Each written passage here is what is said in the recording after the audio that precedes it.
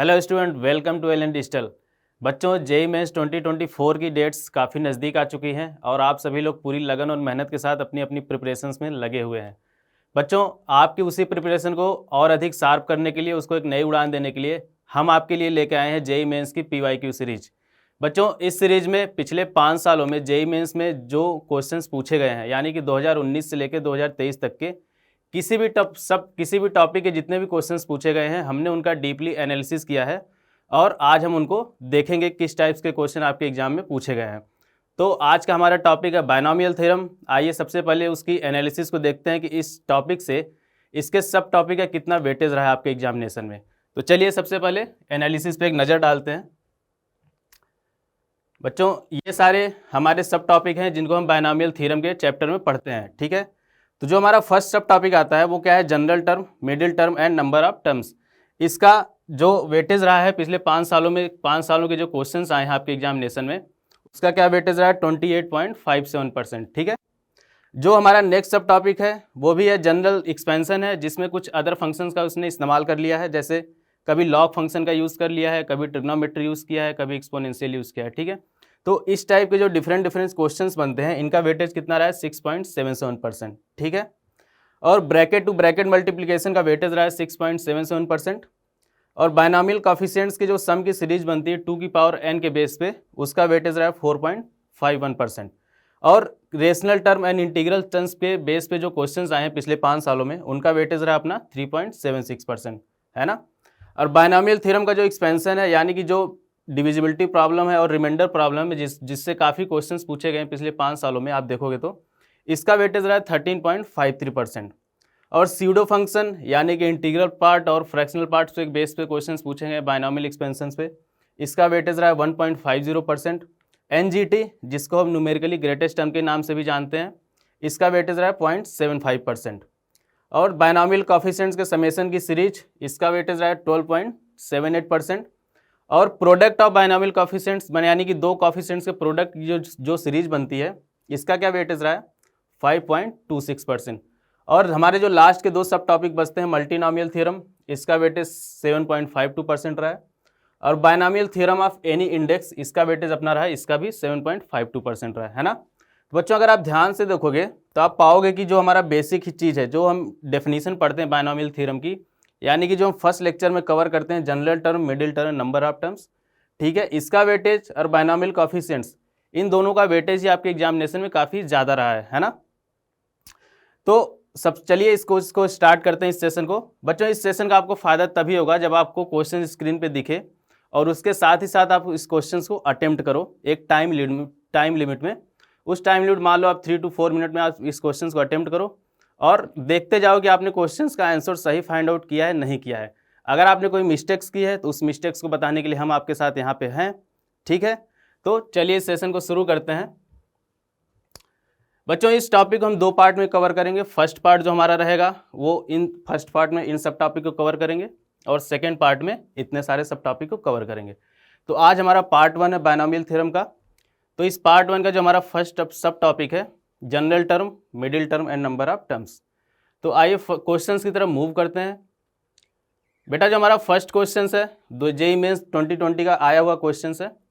Questions को एक बार ध्यान से रीड करिए और उसको एक बार खुद से ट्राई करिए और देखिए आप फाइनल आंसर तक पहुंच पाते हैं नहीं पहुंच पाते हैं।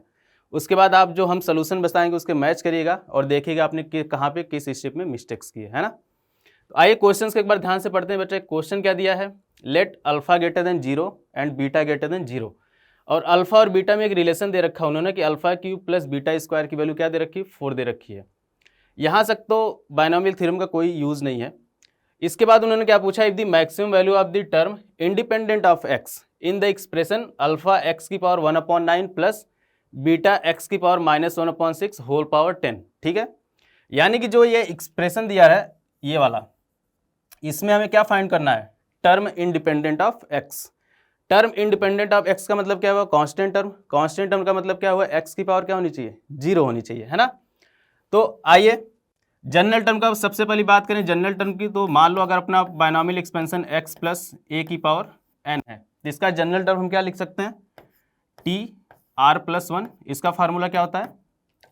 NCR, ठीक है, x की power n minus r into a की पावर आर, है ना। इस फार्मूला, ये हमारा जनरल टर्म का फार्मूला है एक्सपेंशन एक्स प्लस ए की पावर n में। तो इस जनरल टर्म को हम यहाँ पे लिखते हैं इस एक्सप्रेशन के लिए, तो हम यहाँ से क्या लिख सकते हैं इस एक्सप्रेशन का general term, T R plus one हमारा क्या हो जाएगा 10 CR, ठीक है। और अल्फा इंटू एक्स की पावर 1/9 की पावर 10 माइनस आर, यानी कि हम यहाँ से क्या लिख सकते हैं अल्फा की power 10 minus r into x की पावर 10 माइनस आर अपॉन 9, है ना। और बीटा इंटू एक्स की पावर -1/6 की पावर आर, तो हम यहाँ से क्या लिख सकते हैं बीटा की पावर आर हो जाएगा और एक्स की पावर -r/6 हो जाएगा, ठीक है। बेटा जितने भी एक्स के टर्म है इनको एक साथ रखें तो हमें क्या मिलेगा 10 CR अल्फा की power 10 minus r into beta की पावर आर, और यहाँ से क्या मिल जाएगा एक्स की power 10 minus r/9 minus r/6। हमें क्या फाइंड आउट करना था, term independent of x, x से इंडिपेंडेंट टर्म फाइंड आउट करनी है, यानी कि एक्स की पावर क्या होनी चाहिए 0। तो अगर हम यहाँ से एक्स की पावर 0 कर लें, यानी कि 10 माइनस r/6 की वैल्यू क्या होनी चाहिए 0, 10 माइनस r/9 माइनस r/6 की वैल्यू क्या होनी चाहिए 0 होनी चाहिए, ठीक है। जब आप इसको सॉल्व करोगे तो इसको सॉल्व करने से हमें r की वैल्यू मिलती है, r की वैल्यू क्या आएगी 4 आएगी, है ना।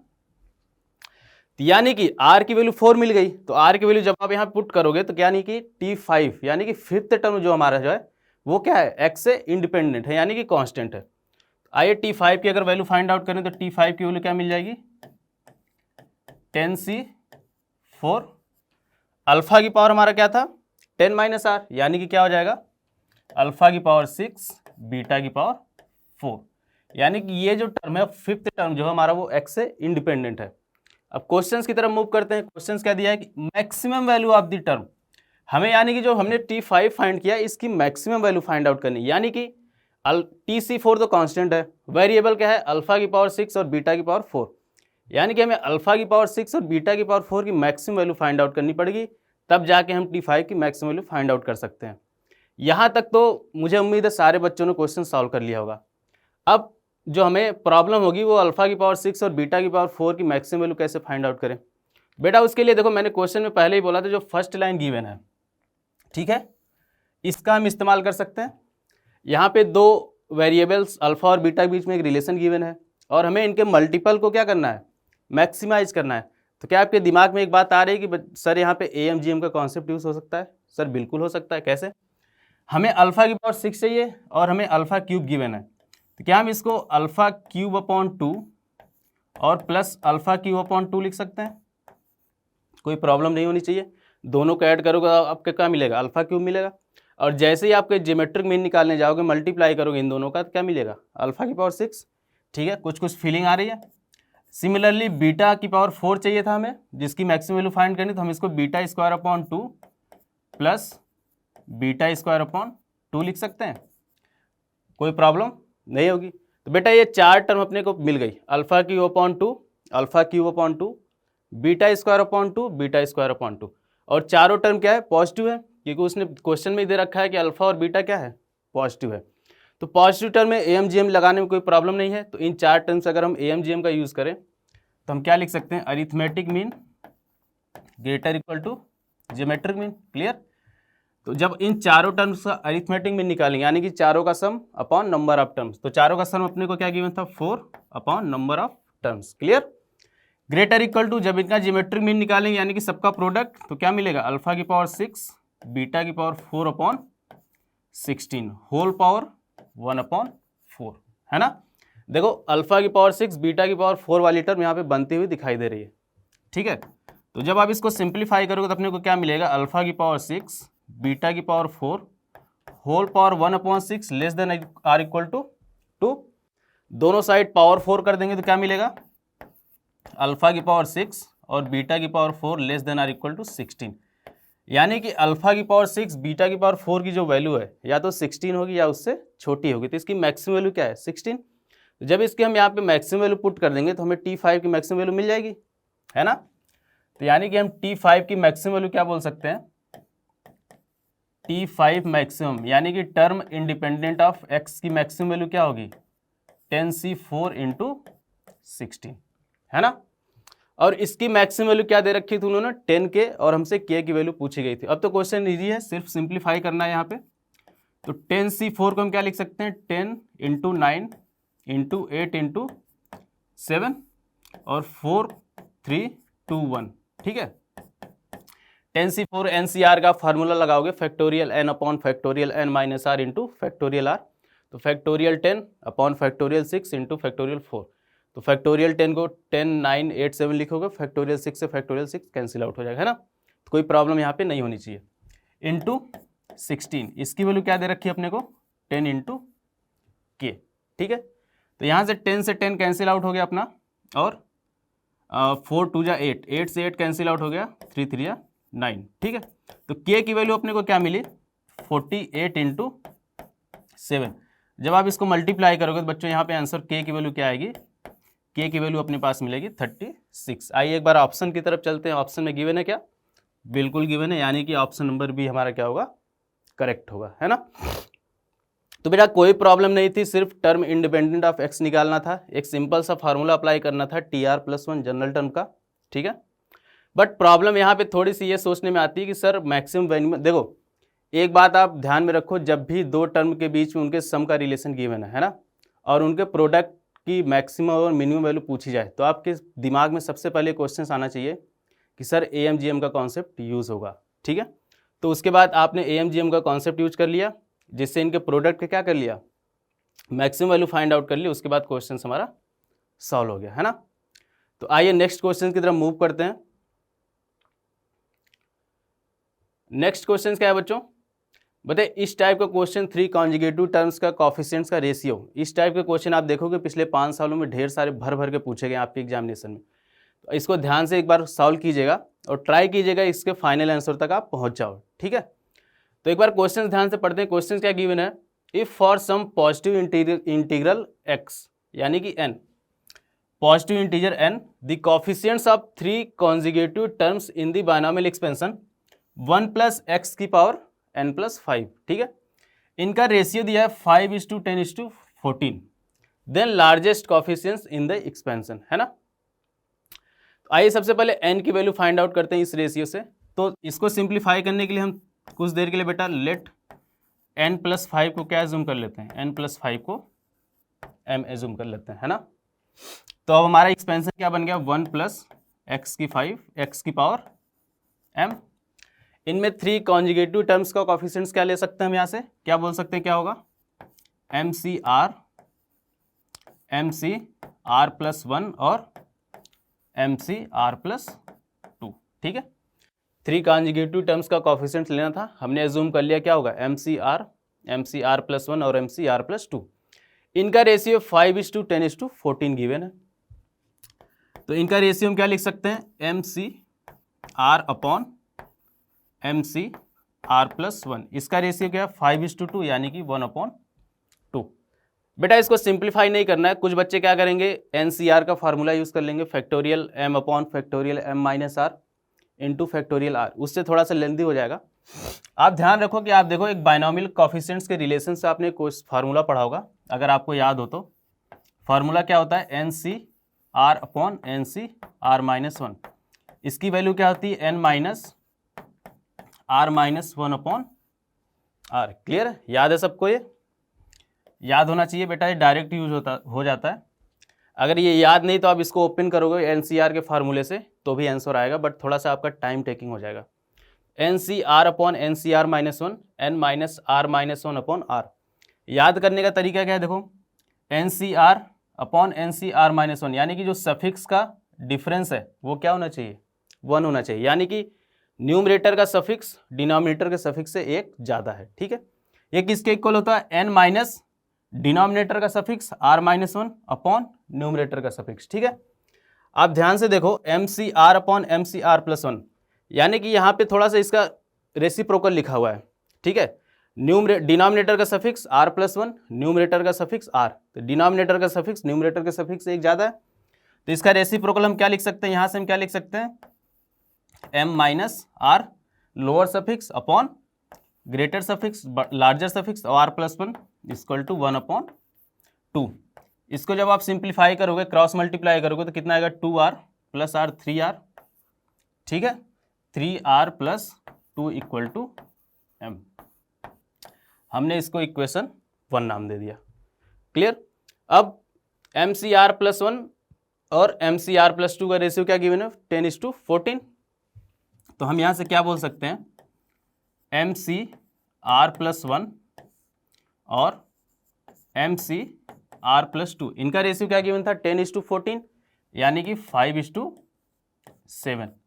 बेटा सेम कॉन्सेप्ट यहां भी अप्लाई करेंगे तो हम यहां से क्या लिख सकते हैं, M-R-1 अपॉन R+2 की वैल्यू क्या गिवन है, 5/7। क्रॉस मल्टीप्लाई करके इसको सिंप्लीफाई करते हैं तो अपने पास क्या आएगा, 7r plus 14 equal to 5m minus 5r minus 5।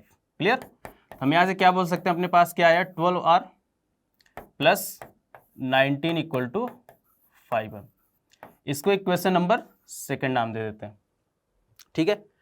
अब हमसे क्या पूछा गया था, then the largest coefficients in this expansion. तो किसी भी बायनोमियल एक्सपेंशन का लार्जेस्ट कोएफिशिएंट्स क्या होता है, उसके मिडिल टर्म का कोएफिशिएंट्स, है ना। और मिडिल टर्म हम कैसे बता पाएंगे, जब हमें टोटल नंबर ऑफ टर्म्स पता होंगे। टोटल नंबर ऑफ टर्म यहाँ पे क्या हो जाएगा, m+1, यानी कि हमें बेसिकली m की वैल्यू फाइंड आउट करनी है। ठीक है। अपने को दो रिलेशन फाइंड आउट है m और r में, हमको इनकी हेल्प से m की वैल्यू फाइंड आउट करनी है। फर्स्ट रिलेशन क्या था, 3r + 2 इक्वल टू m, और सेकेंड हमने क्या फाइंड आउट किया, 12r + 19 इक्वल टू 5m। तो बेटा अगर हम r को इलिमिनेट कर ले, फर्स्ट इक्वेशन में 4 से मल्टीप्लाई करके सेकेंड से क्या कर लेते हैं, माइनस कर लेते हैं, तो हमें क्या मिल जाएगा, हम क्या करते हैं, इक्वेशन सेकेंड से इक्वेशन फर्स्ट को माइनस कर देते हैं 4 से मल्टीप्लाई करके। ठीक है। तो जैसे आप 4 से मल्टीप्लाई करके माइनस करोगे तो m की वैल्यू हमें क्या मिल जाएगी, m की वैल्यू 11 मिल जाएगी। ठीक है। तो हमारा बायनोमियल एक्सपेंशन क्या लिखा हुआ था, 1 + x की पावर 11। ठीक है। 1 + x की पावर क्या था, m, तो 1 + x की पावर 11। तो टोटल नंबर ऑफ टर्म्स की बात करें, अगर टोटल नंबर ऑफ टर्म्स यहाँ पे कितने हो जाएंगे, टोटल नंबर ऑफ टर्म्स, तो टोटल नंबर ऑफ टर्म्स कितने हो जाएंगे यहाँ पे, n+1, तो कितना हो गया, 12। तो 12 क्या है, एक इवन नंबर है। तो जब हमारा total number of terms even होते हैं तो दो मिडिल टर्म पॉसिबल है, एक तो n/2, दूसरा n/2 + 1, यानी कि T6 एंड n/2 + 1 T7 हमारा क्या होगा, मिडिल टर्म होगा। और मिडिल टर्म का कोएफिशिएंट से क्या होता है, बायनोमियल एक्सपेंशन का ग्रेटेस्ट होता है। ठीक है, लार्जेस्ट कोएफिशिएंट होता है। तो T6 का कोएफिशिएंट हम क्या बोल सकते हैं, 11C5 होगा। ठीक है। और T7 का कोएफिशिएंट क्या होगा, 11C6। ये दोनों की वैल्यू इक्वल है, तो हम क्या बोल सकते हैं, लार्जेस्ट कोएफिशिएंट्स अपने को क्या मिल गया, लार्जेस्ट कोएफिशिएंट्स की वैल्यू क्या होगी, लार्जेस्ट कोएफिशिएंट्स की वैल्यू 11C5। क्लियर।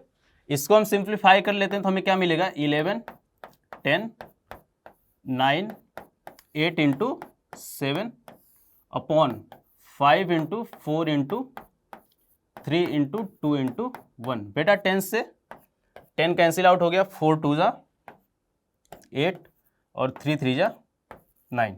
क्लियर। तो अपने को क्या मिल गया यहाँ पे, 77 × 6। तो आंसर अपना क्या आएगा, 462।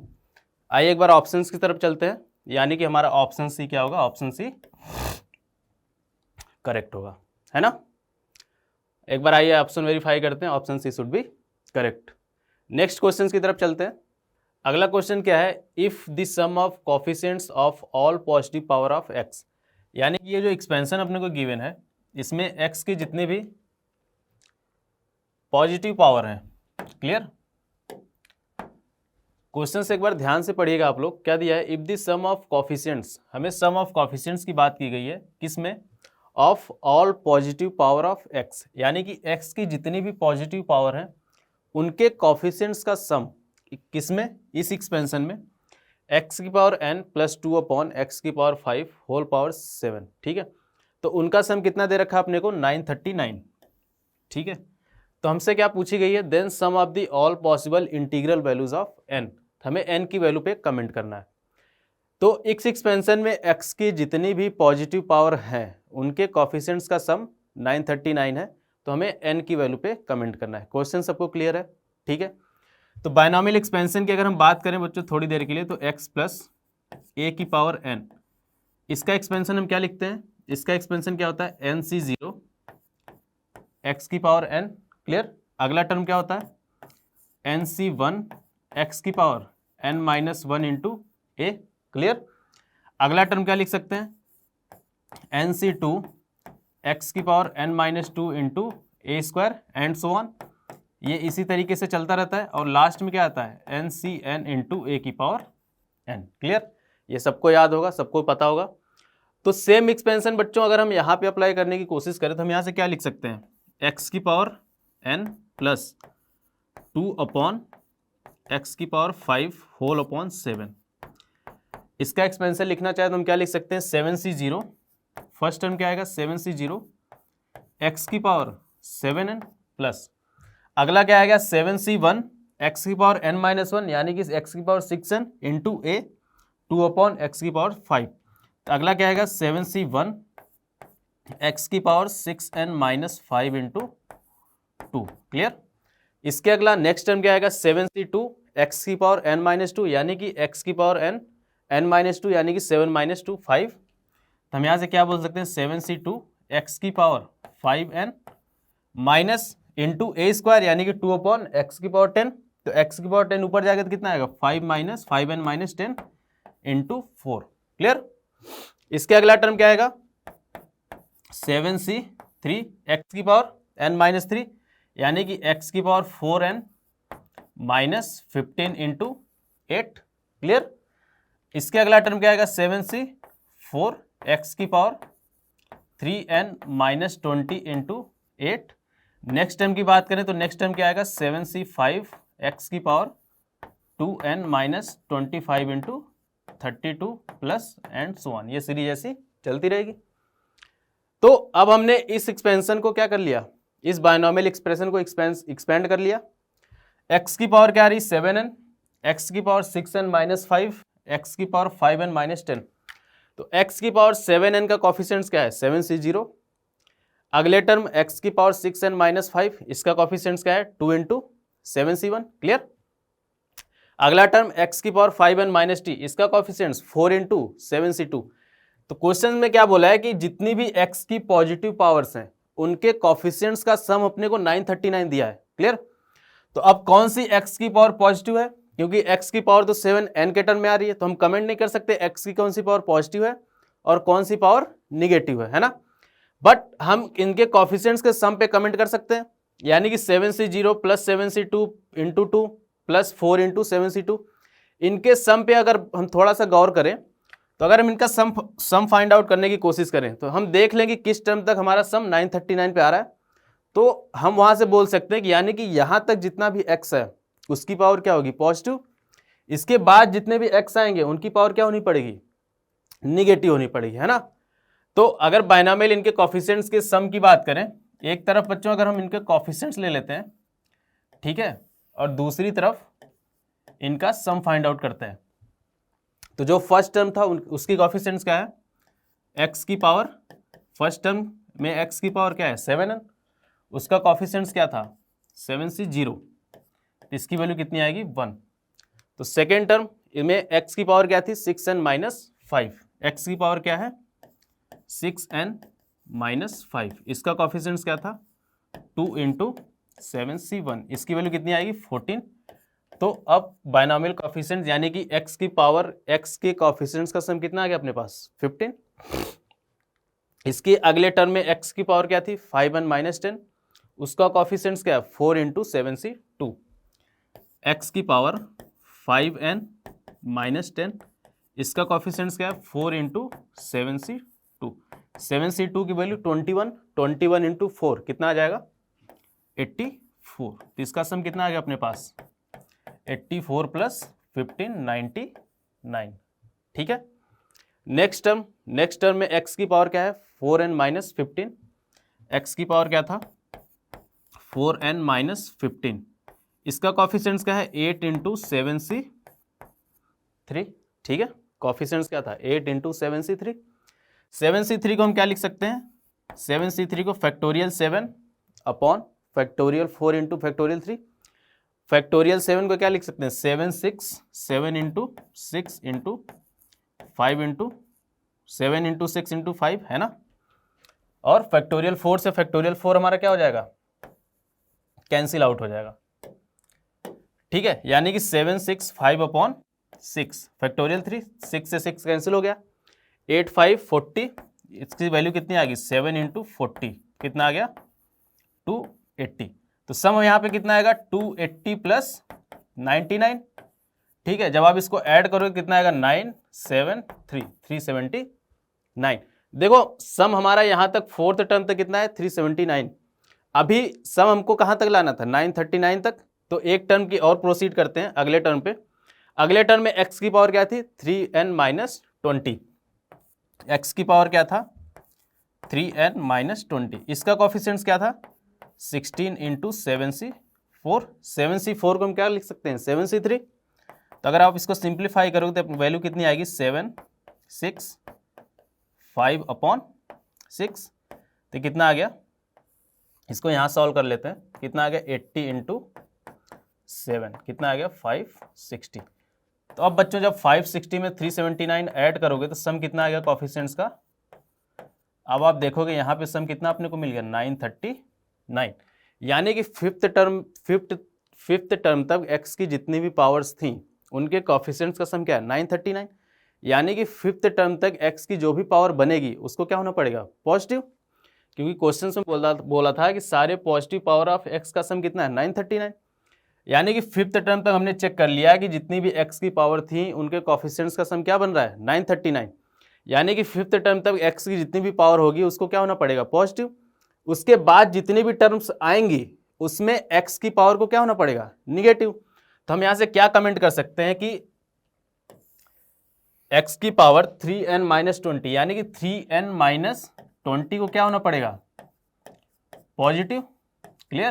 तो हम यहां से क्या बोल सकते हैं n की जो वैल्यू होगी वो 20/3 से 20/3 की इक्वल होनी चाहिए या उसके बड़ी होनी चाहिए। क्लियर। और इसके जस्ट अगला टर्म क्या है 2n-25। यहां से x की जितनी भी पावर होगी उसकी वैल्यू क्या होनी पड़ेगी निगेटिव, यानी कि x की पावर को निगेटिव होना पड़ेगा। तो हम यहां से क्या बोल सकते हैं कि 2n-25 को क्या होना पड़ेगा निगेटिव। क्लियर। तो यहां से क्या कमेंट कर सकते हैं कि n की जो वैल्यू होगी वो 25/2 से छोटी होनी चाहिए। हमें पता है n की वैल्यू क्या होती है इंटीजर, और क्वेश्चन में भी n की इंटीग्रल वैल्यू पे बात किया था उसने, इंटीग्रल वैल्यूज ऑफ n। तो n की इंटीग्रल वैल्यू क्या होगी 6 पॉइंट, ये किसकी वैल्यू क्या है 6 पॉइंट समथिंग, ठीक है। तो n की वैल्यू हमें क्या यहाँ से क्या क्या मिल गई, n की वैल्यू 6 नहीं आएगा 7 आएगा, क्योंकि ये 6 पॉइंट समथिंग से बड़ा है। तो n की फर्स्ट लीस्ट इंटीग्रल वैल्यू क्या आएगी 7 8 9 10 11, ये क्या है 12.5 से छोटी होनी चाहिए, तो लास्ट वैल्यू क्या आएगी 12।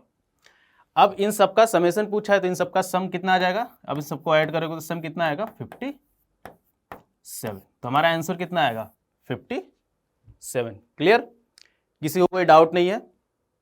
तो बेटा देखो यहां तक तो जो उसने सम दिया था, तो जो हमने चेक किया तो फिफ्थ टर्म तक का सम 939 मिला। ये थोड़ा सा लेंदी कैलकुलेशन हो गई थी। क्या मेंस क्या कर सकता है, उसने 2022 में इस टाइप का क्वेश्चंस पूछा, उसको थोड़ा सा सिंपल वे में हो सकता है कि थर्ड टर्म या सेकेंड टर्म तक का कॉफिशिएंट्स का सम दे दे और वहां से आपको n की वैल्यू पे कमेंट करवाए। ठीक है। इस टाइप के क्वेश्चन के लिए भी आपको तैयार रहना है और प्रैक्टिस करके जानी है। तो आइए अब नेक्स्ट क्वेश्चन की तरफ प्रोसीड करते हैं। Let the ratio of the fifth term from the beginning to the fifth term from the end in the expansion of 2 की पावर 1/4 प्लस 3 की पावर -1/4 होल पावर n। यानी कि इस एक्सपेंशन में fifth term from the beginning और fifth term from the end, इनका ratio क्या given अपने को 6 की पावर 1/4:1। तो अपने को पूछा गया sixth term from the beginning. Clear.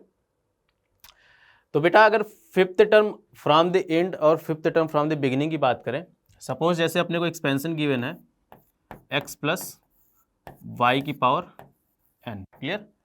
अगर हम इसका जनरल टर्म की बात करें यानी कि r+1 टर्म, तो हम इसको क्या लिख सकते हैं NCR x की पावर n-r इंटू वाई की पावर r। ये r+1 टर्म है फ्रॉम द बिगिनिंग। अगर इसके इंड की बात करें, अगर बोला जाए आपको इंड से r+1 टर्म फाइंड आउट करना है, तो आप क्या कर सकते हो, या तो x और y को इंटरचेंज कर लो। x और y को इंटरचेंज कर लेंगे तो अपने पास क्या आएगा। अब इसके जनरल टर्म का फार्मूला क्या लिख सकते हैं, अगर मान लो इसको t'(r+1) बोलते हैं तो हम इसको क्या लिख सकते हैं, x की NCR y की पावर n-r इंटू x की पावर r। एक तरीका तो ये है। दूसरा तरीका क्या है, आर्थ टर्म फ्रॉम द इंड, आर्थ टर्म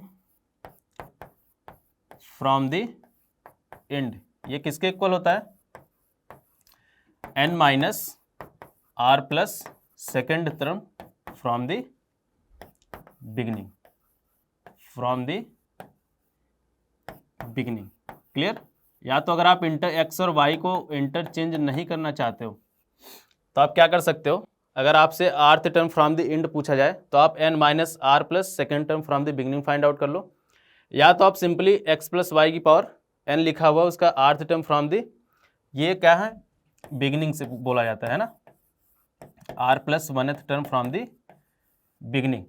तो अगर आपको r+1th term from the end पूछा जाए तो आप सिंपली कर लो y और x को इंटरचेंज कर लो, क्लियर। तो आइए एक्सपेंशन में बात करते हैं। एक्सपेंशन अपने को क्या गिवन था, 2 की पावर 1/4 प्लस 3 की power -1/4 whole power n, clear. तो अगर fifth term from the beginning की बात करें, इसको हम T5 से डिनोट करते हैं, तो T5 हम यहाँ से क्या लिख सकते हैं, फिफ्थ टर्म के लिए r की वैल्यू क्या होगी 4, NC4, x की पावर n-r यानी कि 2 की पावर n-4/4 इंटू 3 की पावर r, तो ये कितना हो जाएगा 3 की पावर -1, क्लियर। अगर हम इसको इंटरचेंज कर लें, इंटरचेंज कर लेंगे तो fifth term from the end क्या बोल सकते हैं, T5 इसको हम T5 से डिनोट करते हैं, इसको हम क्या लिख सकते हैं, NC4। अब हमने 2 की पावर 1/4 और 3 की पावर -1/4 को क्या कर लिया, इंटरचेंज कर लिया, तो हम यहाँ से क्या लिख सकते हैं, 3 की पावर n-r यानी कि n-4/4, साथ में क्या आएगा -4, साथ में -1 आएगा, n-4 n-r अपॉन, और ये 1/4 का 4, क्लियर, और एक माइनस, क्लियर, और इंटू 2 की पावर 4/4, ये कितना आएगा 2 आएगा। इन दोनों का रेशियो क्या दे रखा था अपने को, 6 की पावर 1/4:1, यानी कि T5 अपने को क्या गिवन था, 2 की पावर 1/4/1। तो अगर आप इन दोनों का रेशियो फाइंड आउट करोगे तो NC4 कैंसिल आउट हो गया, अपने पास क्या बचा, 2 की पावर n-4/4 इंटू 3 की पावर -1 अपॉन 3 की पावर -4/4 इंटू 2, इसकी वैल्यू क्या है 6 की पावर 1/4। इसको जब आप सिंप्लीफाई करोगे तो अपने पास क्या आ जाएगा, 6 की पावर n-8/4, क्लियर। इसको ये किसके इक्वल है, 6 की पावर -6 की पावर 1/4 के। तो बेटा देखो बेस सेम है तो पावर क्या हो जाएगा, इक्वेट कर लेंगे, पावर को जैसे ही आप इक्वेट करोगे तो ये अपने पास क्या आएगा n-8/4, इसकी वैल्यू किसके इक्वल है 1/4 के। तो जब आप इसको सिंप्लीफाई करोगे तो n की वैल्यू अपने को क्या मिल गई, यहाँ से n की वैल्यू 9 मिल गई, क्लियर। यानी कि अब अपना जो एक्सप्रेशन था वो क्या लिखा हुआ था, अपना एक्सप्रेशन क्या लिखा हुआ था, 2 की पावर 1/4 प्लस 3 की पावर -1/4 होल पावर 9, क्लियर। इस एक्सप्रेशन में क्या पूछा था अपने को, sixth term from the beginning, उसकी वैल्यू दे रखी है इन्होंने α/3 की पावर 1/4, तो हमें अल्फा की वैल्यू पे कमेंट करना है। तो आइए अगर sixth term from the beginning find out करें, T6 के लिए r की वैल्यू क्या होगी 5, तो हम यहाँ से क्या लिख सकते हैं 9C5, 2 की पावर n-5 यानी कि 2 की पावर 9-5 4/4, तो कितना आ जाएगा, आप लिख लो चाहो तो 2 की पावर 9-5/4, क्लियर, और 3 की पावर -5/4, क्लियर। इसको जब सिंप्लीफाई करो कितना आएगा, 9C5 को हम क्या लिख सकते हैं 9C4 इंटू 2, और ये क्या आ गया 1/3 की पावर 5/4, 3 की पावर 5/4 को फर्दर क्या लिख सकते हैं 3 की पावर 1/4 इंटू 3, और उसको जैसे क्योंकि हम इससे कंपेयर करना है अल्फा की पावर 3 की पावर 1/4 से, इससे कंपेयर करने के लिए हम क्या लिख सकते हैं, इसको थोड़ा सा सिंप्लीफाई करें, 9c4 को हम क्या लिख सकते हैं, 9 into 8 into 7 into 6 upon 4 into 3 into 2 into 1 into 2 upon 3। एक 3 को मैंने अलग कर लिया, अपने पास बाकी क्या बन गया, 3 की पावर 1 अपॉन 4। क्लियर। तो अल्फा की वैल्यू क्या हो गई, अल्फा की वैल्यू पूरी ये मिल गई। तो इसको सिंप्लीफाई करेंगे तो क्या आएगा, 8 से 8 कैंसिल आउट हो गया, 3 3 जा 9, 9 से 9 कैंसिल आउट हो गया, तो अपने पास क्या आएगा 84 अपॉन 3 की पावर 1 अपॉन 4। क्लियर। बेटा जब आप कंपेयर करोगे तो इसकी वैल्यू क्या दिखी, अल्फा अपॉन 3 की पावर 1 अपॉन 4, तो अल्फा की वैल्यू क्या आ गई अपने पास, अल्फा की पावर आ गई 84, है ना। तो इस टाइप से क्वेश्चन भी जेईई मेंस में पिछले 5 साल में बहुत सारे पूछे गए हैं। रेशियो द गिवन है, आर्थ टर्म फ्रॉम द बिगिनिंग और आर्थ टर्म फ्रॉम द एंड, इस टाइप से क्वेश्चंस भी काफी पूछे गए हैं, है ना। आइए एक बार आंसर वेरीफाई कर लेते हैं, आंसर अपना क्या आएगा 84। तो आइए नेक्स्ट क्वेश्चन की तरफ मूव करते हैं बच्चों। अगला जो हमारा सब टॉपिक है general terms of expansion based on other function. तो आइए इस सब टॉपिक का फर्स्ट क्वेश्चन जो अपने पास आता है, फर्स्ट क्वेश्चन क्या गिवन है, in the expansion of x upon cos theta plus 1 upon x sine theta whole power 16 if L1 is the least value of the term independent of x। Clear. L1 क्या है, least value of the term independent of x, कब, जब theta की range क्या है π/8 से लेके कहां तक, π/4 तक। Clear. And L2 is the least value of the term independent of x, कब, जब थीटा की रेंज क्या है π/16 से π/8 तक। और तो हमें L2 और L1 का रेशियो बताना है। ठीक है। तो इस एक्सपेंशन में सबसे पहला काम तो हमारा क्या होगा, term independent of x find out करना। तो अगर इसका हम जनरल टर्म लिखें तो TR+1 यहां से क्या लिख सकते हैं, NCR यानी कि 16CR, x की यानी कि x अपॉन कॉस थीटा की पावर n-r, यानी कि क्या लिख सकते हैं x अपॉन कॉस थीटा की पावर n-r यानी कि 16 r into 1 upon x sine theta की power r, 1 upon x sine theta की पावर r। x के जितने भी टर्म हैं उनको एक साथ लिखते हैं, तो हम यहाँ से क्या लिख सकते हैं 16CR x की power 16 minus 2r into 1 upon cos theta की power 16 minus r into sine theta की पावर r, है ना। हमसे क्या पूछा गया था, टर्म इंडिपेंडेंट ऑफ x। तो टर्म इंडिपेंडेंट ऑफ x का मतलब क्या, कांस्टेंट टर्म। कांस्टेंट टर्म का मतलब x की पावर क्या होनी चाहिए 0। तो x की पावर यहाँ पे क्या है 16 माइनस 2 आती है, किसके इक्वल होगा 16 माइनस 2r की वैल्यू किसके इक्वल होगी 0 के। तो हमें r की वैल्यू यहाँ से क्या मिल जाएगी, r की वैल्यू 8 मिल गई, है ना।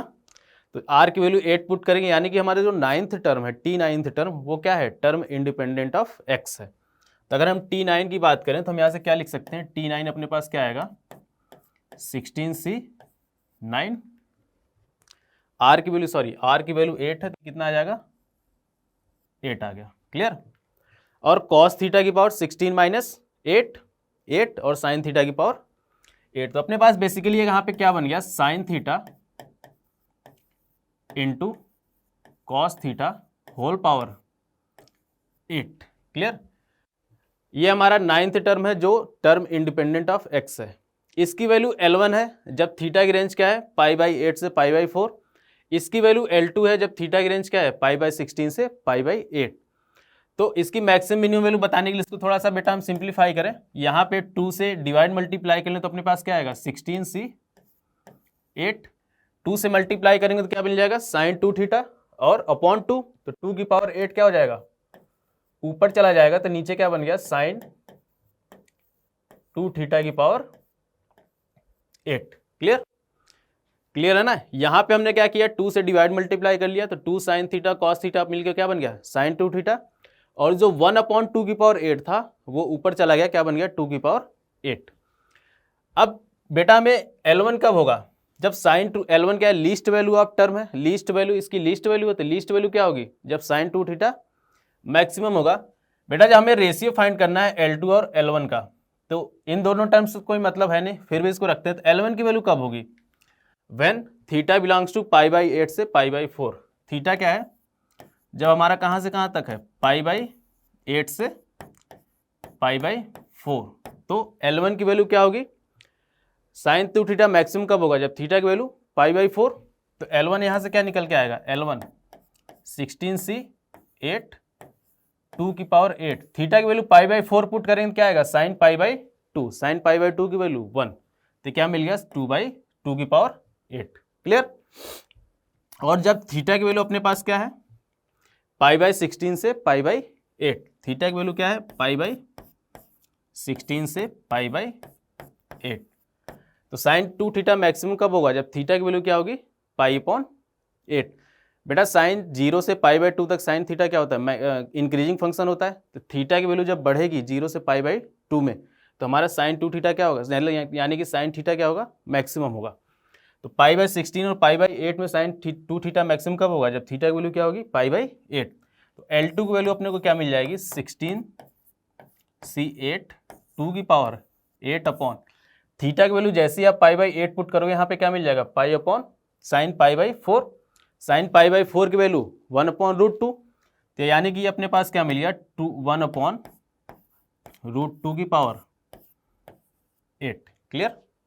L2 और L1 का रेशियो पूछा गया था अपने से, तो L2:L1 की बात करें, L2:L1 क्या आएगा, 16c8 2 की पावर 8, ये दोनों जगह कॉमन है तो कैंसिल आउट हो जाएगा, और ये अपने पास क्या मिल गया, 1/√2 की पावर 8, तो क्या मिल गया, 2 की पावर 8/2, तो आंसर क्या आएगा, 2 की पावर 4:1, यानी कि हम क्या बोल सकते हैं, 16:1।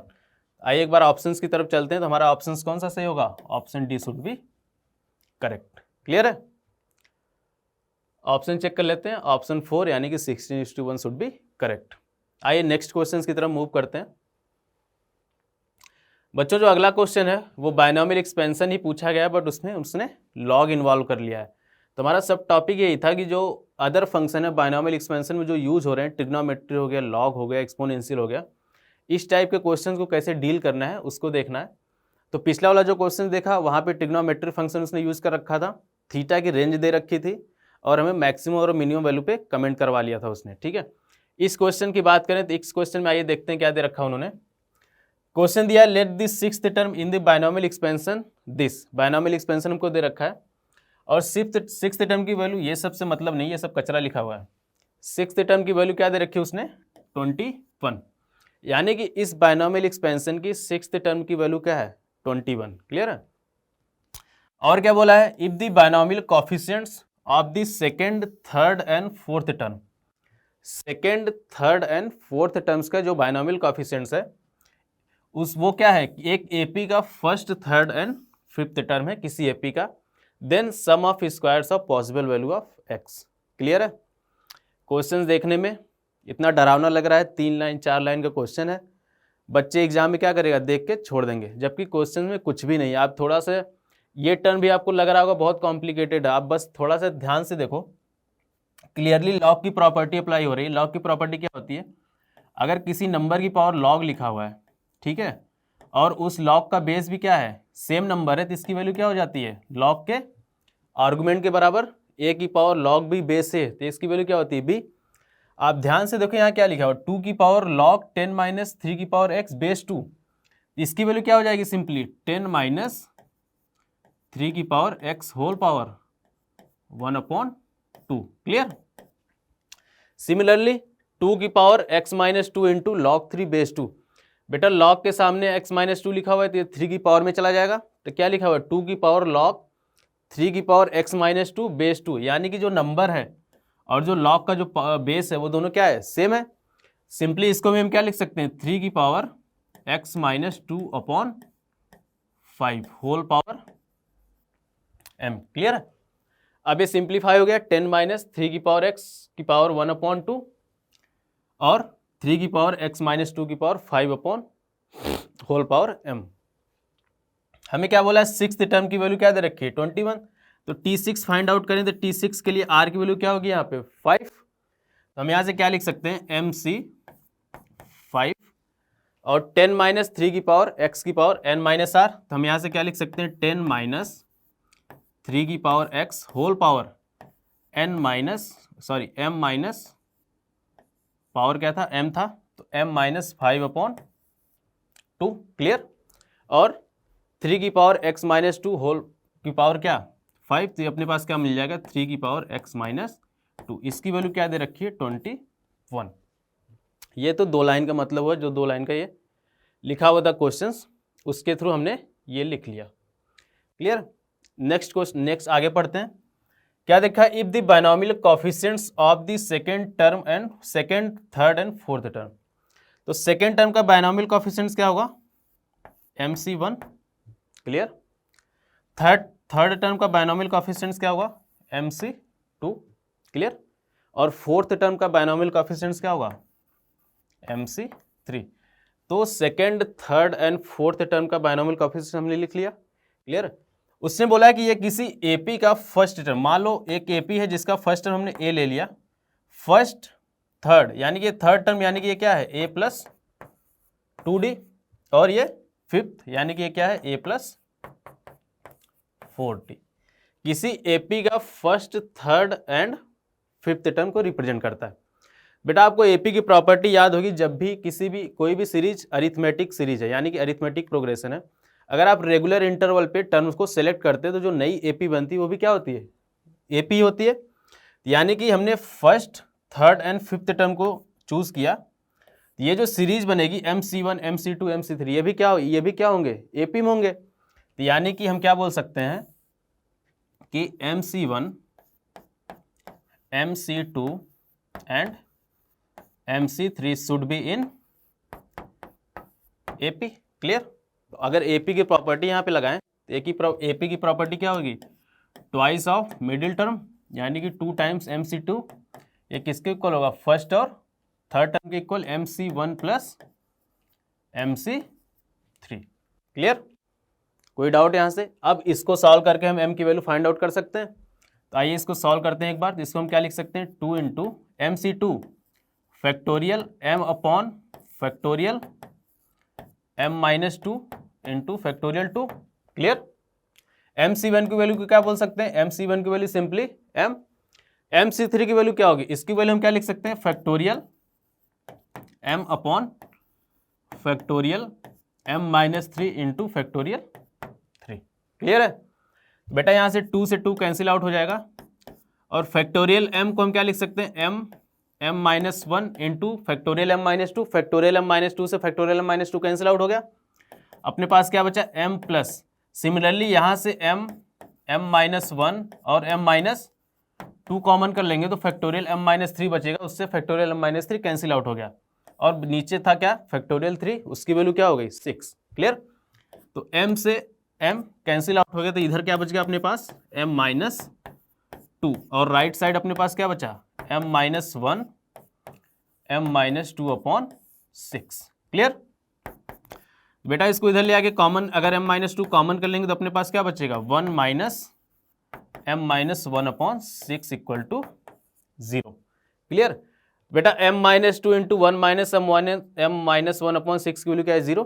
याद एक बार जब ये 0 होगा तो यहाँ से m की वैल्यू क्या आएगी 2, तो क्या m की वैल्यू 2 पॉसिबल है क्या, नहीं, m की वैल्यू 2 पॉसिबल नहीं, क्योंकि m की वैल्यू 2 पुट करोगे तो आप 6th टर्म तक कैसे फाइंड आउट कर सकते हो, जबकि उसने बोला है 6th टर्म की वैल्यू क्या थी 21, यानी कि m की वैल्यू 2 क्या होगी पॉसिबल नहीं है, यानी कि इस टर्म को 0 होना पड़ेगा। जैसे इस टर्म को आप 0 करोगे तो m माइनस 1 की वैल्यू क्या आएगी 6, m की वैल्यू क्या आ जाएगी, यहाँ से m की वैल्यू आ जाएगी 7, क्लियर। तो यहाँ से इसको सॉल्व करके हमने m की वैल्यू फाइंड आउट कर लिया, यानी कि टोटल नंबर ऑफ टर्म्स इस एक्सपेंशन में कितने हैं 8 है। आइए नेक्स्ट क्वेश्चन पे चलते हैं। नेक्स्ट क्वेश्चन क्या पूछा है, then the sum of square of all possible values of x। एक रिलेशन हमने यहाँ से फाइंड आउट करके रखा था कि जो 6th टर्म है उसकी वैल्यू क्या है 21, m की वैल्यू अगर हम यहाँ पुट कर लेते हैं, m की वैल्यू जैसे ही आप यहाँ पुट करोगे तो अपने को क्या मिलेगा, m की वैल्यू क्या फाइंड आउट किया 7, तो 7c5 और क्या था 10 माइनस 3 की पावर x m माइनस 5/2, इसकी वैल्यू m माइनस m की वैल्यू 7 माइनस 5/2 1, तो क्या मिल गया 10 माइनस 3 की पावर x, और क्या था 3 की पावर x माइनस 2, हम इसको क्या लिख सकते हैं 3 की पावर x अपॉन 9, ये किसके इक्वल है 21। बेटा 7c5 को हम क्या लिख सकते हैं 7c2 की वैल्यू कितनी होती है 21, तो यानी कि 21 से 21 अपना क्या हो गया कैंसिल आउट हो गया। तो अपने पास क्या बन गया 10 माइनस 3 की पावर x इंटू 3 की पावर x, इसकी वैल्यू क्या है 9। आप देखो 3 की पावर x में क्वाड्रेटिक बन रही है, तो इसको हम क्या लिख सकते हैं क्वाड्रेटिक क्या बन रही है अपने पास 3 की पावर x का होल स्क्वायर माइनस 10 इंटू 3 की power x plus 9 equal to 0। ये क्वाड्रेटिक बनेगी।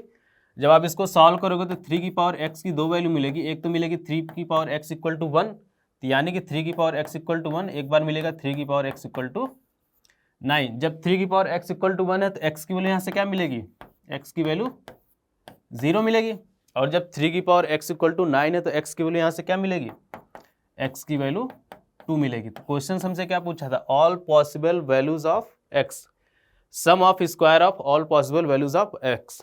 तो sum of square of all possible value of x कितना हो जाएगा 4 प्लस 0, तो आंसर कितना आएगा, आंसर अपने पास कितना आ जाएगा, आंसर आएगा 4।